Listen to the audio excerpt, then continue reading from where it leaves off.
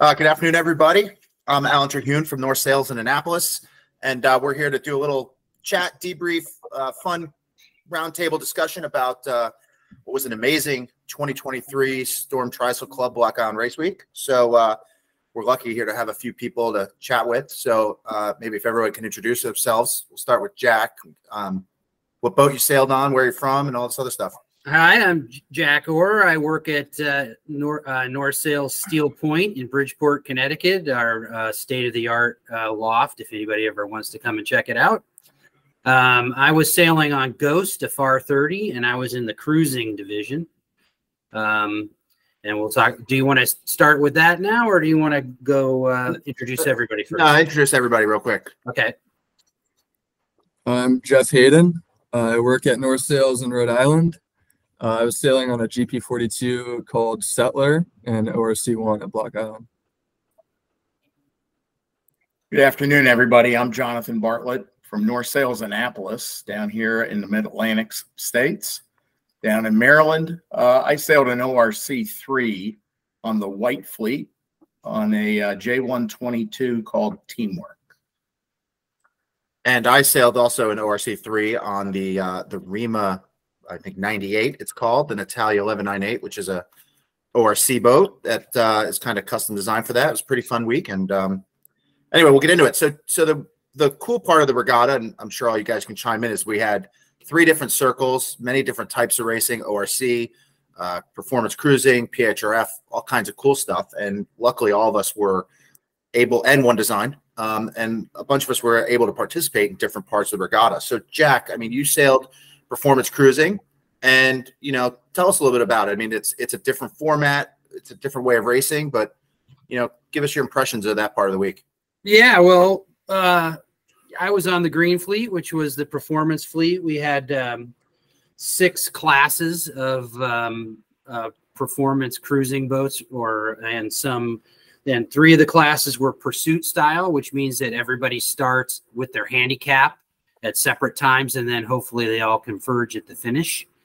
And then there were 2 Spinnaker classes that were regular handicap time-on-time style classes. This is supposed to be, this is getting more and more popular. I think these divisions have probably doubled in the last 8 years of doing Block Island Race Weeks. And I think the appeal is that you're, instead of just going around and around a racetrack like in a donut, up and down, you got a lot of different courses that you can choose from. You've got longer legs, so the boat can kind of settle down. And I think the idea is that you can take your buddies along. You don't have to have a really highly practiced crew. But I think that's actually a little bit deceptive, because I think the cruising classes have every bit of challenge that the buoy racing classes do. It's just it's different challenges, obviously. So, it's a lot of fun. It's more, less frenetic because you have less roundings and so on. But the roundings are just as important, if not more important, on a regular boat. Those are where you get your passing lanes. If you have a good rounding and you pick the right sail to go to the next leg. So anyway, it was fun. And it's another thing that's deceptive too, or not deceptive, but interesting, is the range of boats that we had. Like the class 1, I mean, the ratings went from -12 to 30. In my class, which was class 2, our handicaps went from 39 to 117. So, quite a lot of spread there, but a lot going on. And then, and then the class behind us, Pursuit 3, which was sort of the big pursuit class, they had boats from 30 feet to 60 feet. And just if you think, well, I'll just bring my big boat with a lot of hot guys and win these divisions, that's not how it worked out. Because if you look at the results, class 3 was won by a J105. And the 60-foot boat, who you would think would just kind of get out there and leg out on everybody, finished third behind a Tartan 4100, a very traditional kind of, what you would have called an IMS boat from the 90s. So anyway, it's good. There's a lot of variety, and it's kind of fun, and it's very challenging. So, Jack, I mean, we chat about this a little bit, but I was thinking about it. Obviously, I sailed on the White Circle where Jonathan was. It's a lot of windward leeward, right? But we sail in one way. We're going upwind, we're going downwind. It's pretty easy. You have a running kite and jibs, and you're competitive, right? But in the performance cruising, you do a lot of different skill set. It doesn't necessarily mean it's easier. It's just different, right? A lot of reaching, a lot of different sails, and different boat handling. Yeah, and for sure this time around, because of the wind direction, was pretty challenging, right? Yeah, because it was so much out of the east. Our course we started just outside, just to the south of the entrance to the salt pond. Maybe arguably too close into shore, because it was a little bit dangerous in that shore there. There were some rocks, as we found out. But it was very interesting because every one of our courses was somewhat similar. Like basically you went south around the island. You went over either to the windmills or off of the south end of the island somewhere, and then worked your way back. So you had some pretty long stretches of upwind and downwind, and then, some kind of triangle component. And what made it really hard was there was lots of sort of different conditions because of that weird wind direction. Because when we started the race, basically every day except for Friday, the wind was straight out of the east. So depending on how close to the shore you were to get out of the current, or get out into the current, whichever one you wanted, there was, you were in the lee of the island. And then when you got to the bottom of the island, maybe you were sailing around in, 10 or 12 knots, it seemed like. And you got to the bottom of the island, it was 15. And then you got to beat against the current all the way to the windmills, or all the way out to another mark to the south. And, so you had, and then when you got turned around and back, then you went back into the lee of the island again at a very tight reach. So if you didn't have a code 0, you were challenged. Now, I would say that in the Class A or Class 1, the boat that won was a masthead boat that didn't have a code 0, but they had a big Genoa. So it's kind of interesting to see how the older boats still hung in there versus the newer boats. And and having all the different sails, you didn't have to have every sail, but it sure helped on those tight reaches. Yeah. I mean, if you look at spin 1, it looks like, the old Trip 43 beat the J-boat division basically. But, right. Yeah. But, like look at all those J111s, and, but those are good boats. And they, there was J111 2-3. So like, it's great to see, a boat like that. And actually, the J45 Acadia was winning the regatta until the last race, and because they managed to get that last one off, it was really light, and it was do you sail in no breeze or much less breeze and get out of the current, or do you sail in the breeze? And I think Acadia unfortunately went for the breeze, and they got hammered by the current. Yeah. So it's a challenge. I mean, it's every bit of a challenge as the buoy racing was. No one was walking away. Really tight scores too. Yeah, absolutely. Yeah. So I think for the future, people that are interested in this kind of racing, some people will get turned off because it is, maybe your boat isn't reach great or what, or it's not fit for that kind of racing. But for the most part, it is a fun way to race. And I think probably next time at Block Island Race Week, there'll be 20 more boats in those divisions. And maybe we'll have even another division, because we had pretty big classes. I think each one had at least 13 or 14 boats, which is really fun to have that many boats. Well, I think the cool thing about the event in total is we had all these classes, right? You could find something you wanted to do. There was one design, there was ORC, there was PHRF, there was, the coastal racing, there was something for everyone, and I think that's why this regatta was so popular in my opinion. Yeah. And then it's great to do one race a day, because then you can get in and you can try all the different mudslides at all the different places. Decide Exactly which one you like best. Exactly. Well, I think Jonathan would vote for the Ore if we asked him. I'm an Ore fan. Yeah, exactly. I've always been the Champlin's guy, but I'm starting to lean towards the Ore after this week. I think all of them rate just fine. So Jeff, you sailed on the Blue Circle on a boat with a client, longtime client, but a new boat to them. So tell us a little bit about your week. Yep, it was a new boat. Tom Rich had bought it just a few months ago, so it was kind of a different event for us than most people. I think we were just trying to figure it out, get the rig dialed in, that kind of stuff, learn the sails, and it was fun. It's a really good team. I was happy to sail with them, but a very different kind of boat, kind of a sport boat.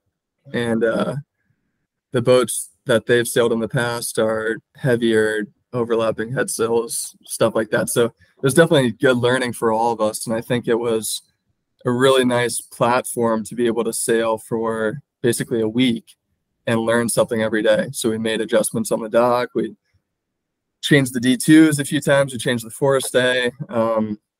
But I think we made noticeable improvements each day, and the crew work got better each day. So really good event for us, a lot of fun. A little bit different being the second fastest boat in the fleet. We were kind of sailing by ourselves for a lot of the race. Like Stark Raving Mad is faster than us, so they were sailing their own race. Then it was us, and then there was a little pack of 2 or 3 boats and another pack of 2 or 3 boats. So it was really interesting, kind of like trying to be disciplined and sail the boat right all the time, even though you're not really racing against anyone. You're just kind of racing against yourself, and you're not trying to make any big mistakes. So I thought it was really fun, and we definitely made improvements throughout the week.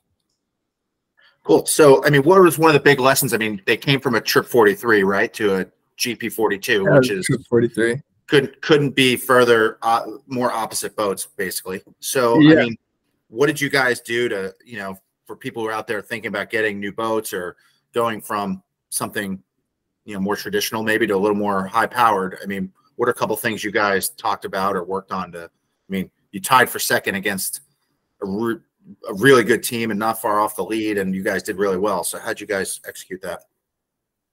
I think just a lot of communication and kind of figuring out like what feels right and trying to get a better feel for the boat and go faster all the time and be at the correct heel angle. I think it's easy coming from a boat like the Trip 43 where you can you get away with a little more heel and maybe pinching more. Or it's just a lot different, especially downwind. And then in the GP42 Settler, you're trying to keep the boat same angle of heel all the time, always at boat speed targets. Faster downwind is better. Coming into leeward marks is hard. That's kind of a big lesson that we learned.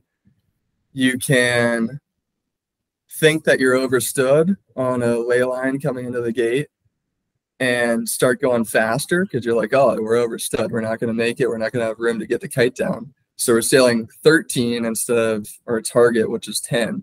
Then we get there and we're like, oh, now we have to go low and slow down to get to the mark.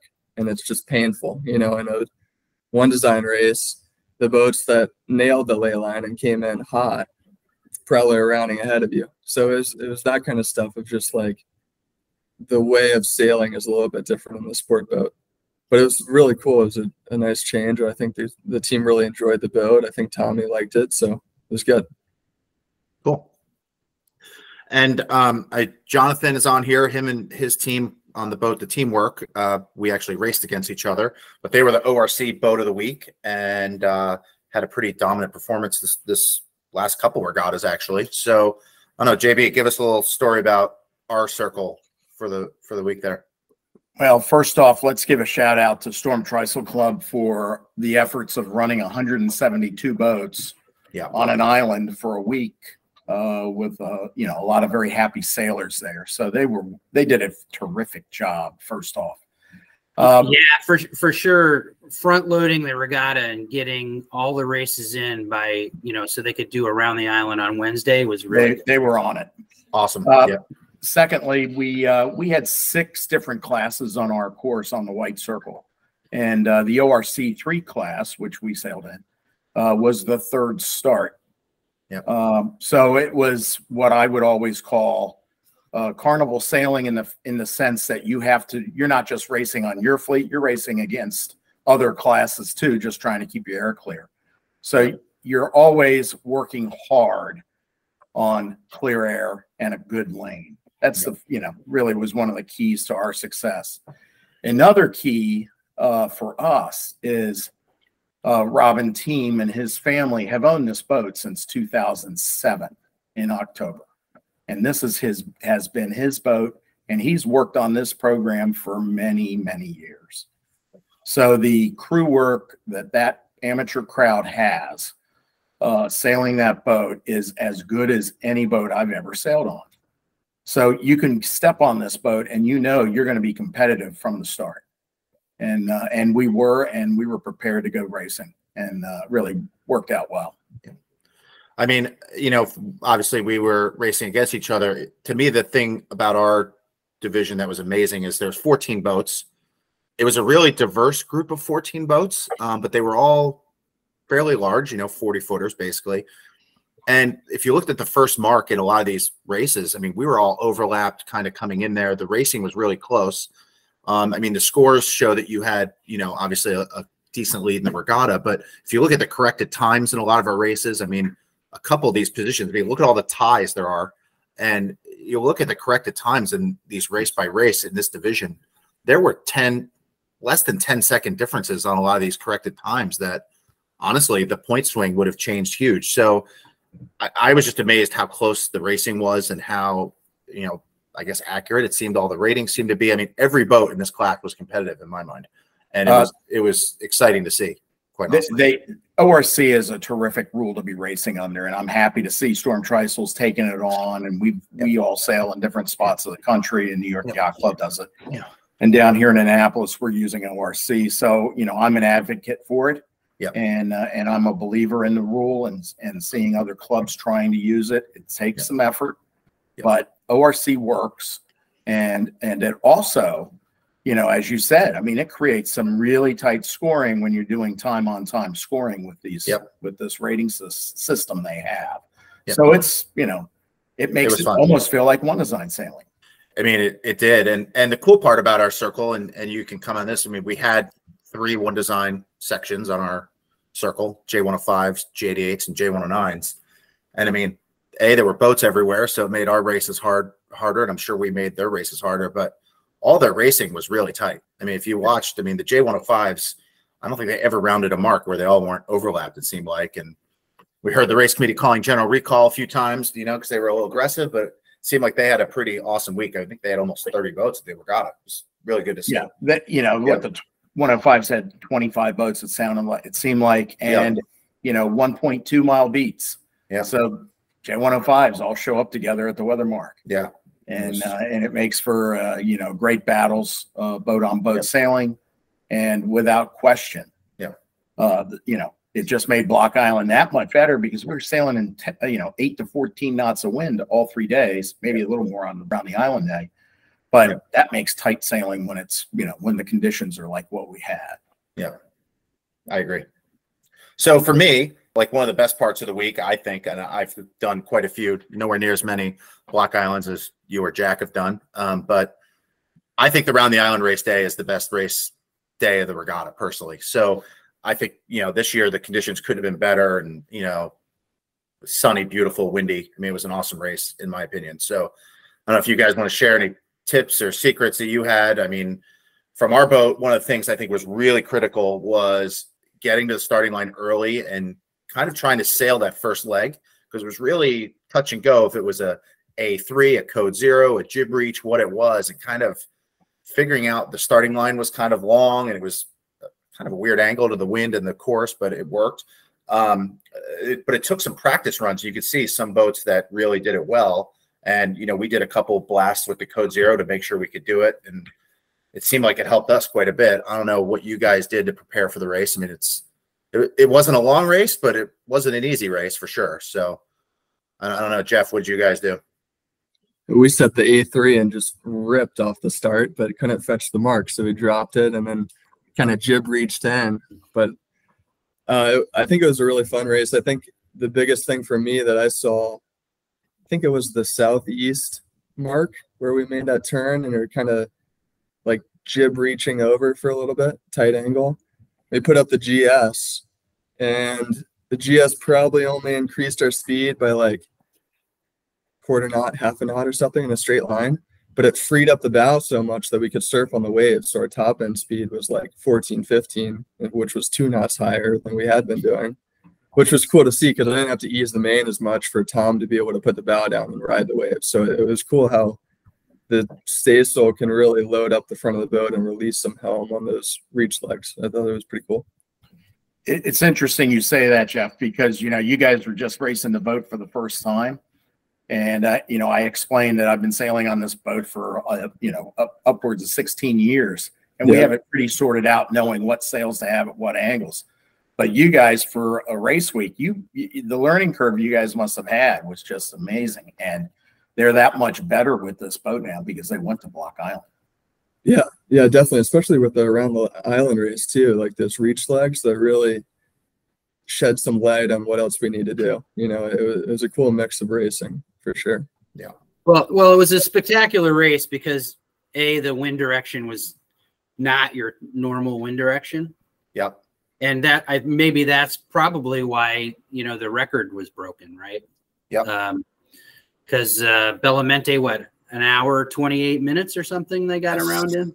Some crazy amount. It's crazy. Like maybe only a multi-hull's ever done around the island that fast.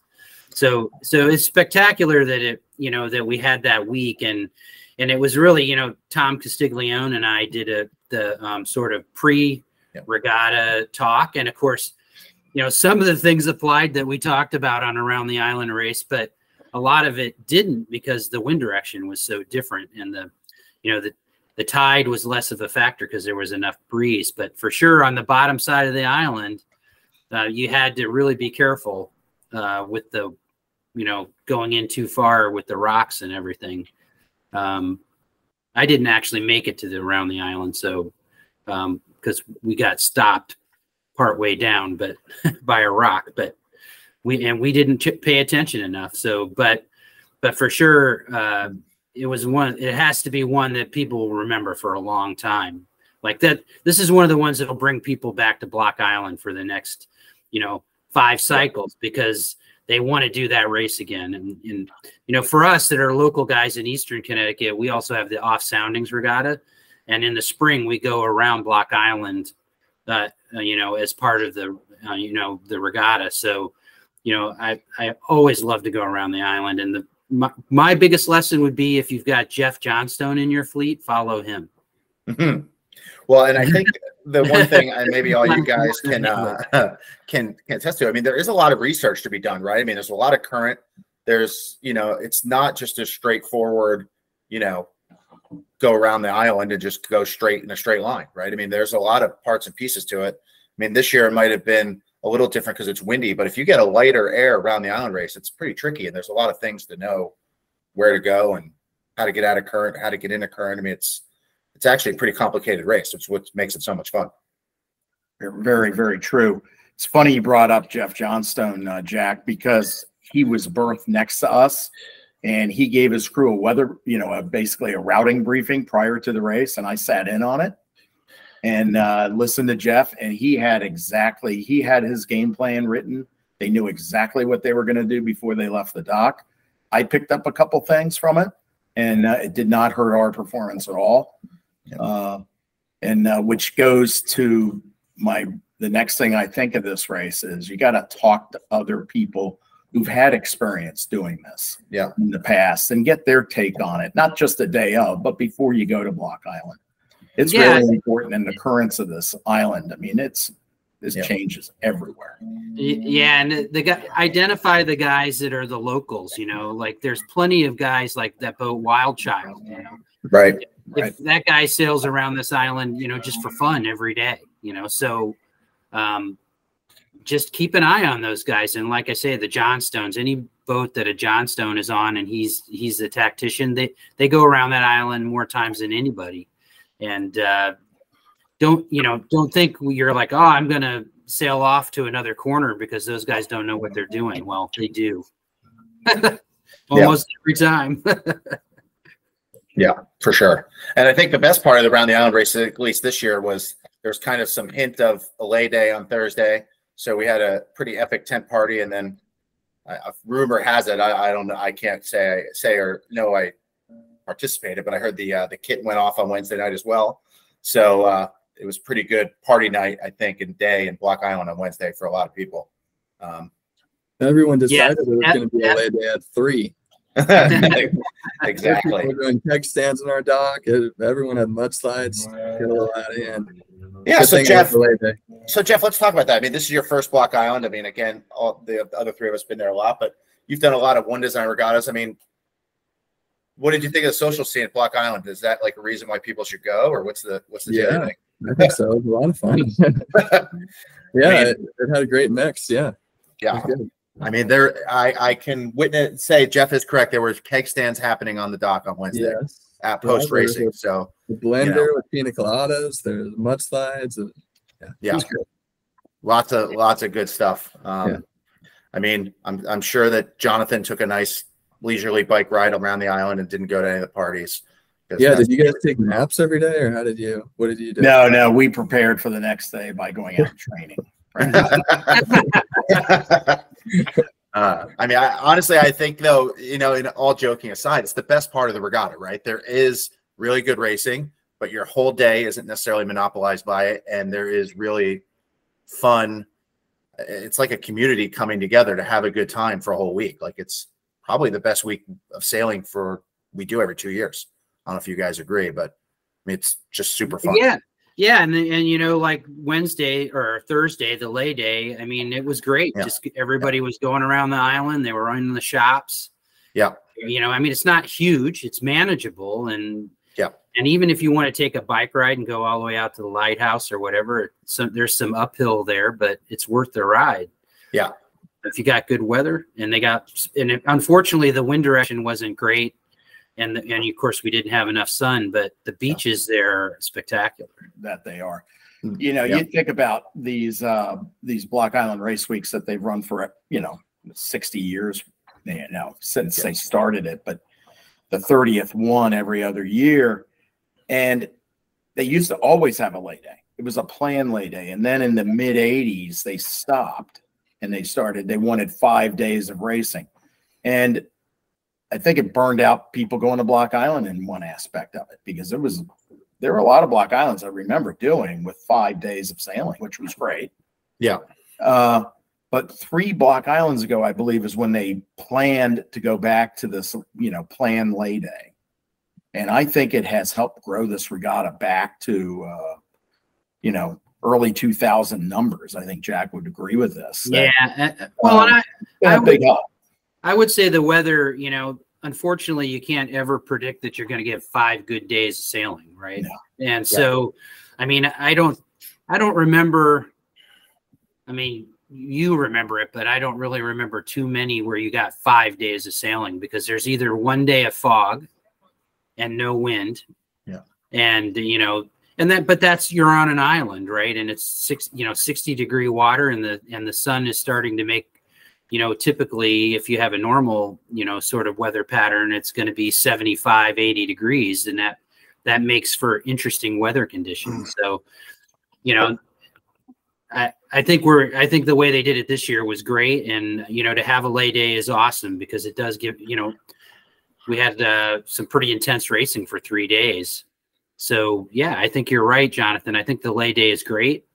But I think you can always plan on having a lay day, just because the weather's not going to cooperate. Well, it happens. But now they as long as it isn't Friday, which is kind of a bummer. You don't want that to be the lay day, but yeah, for sure.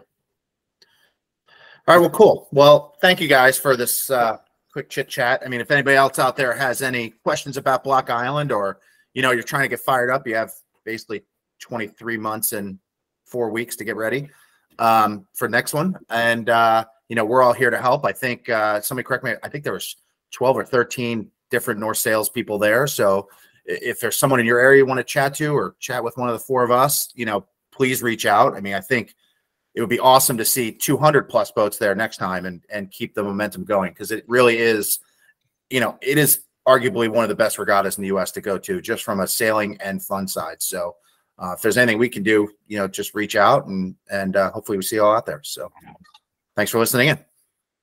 Thanks, everyone. Thanks. Thanks.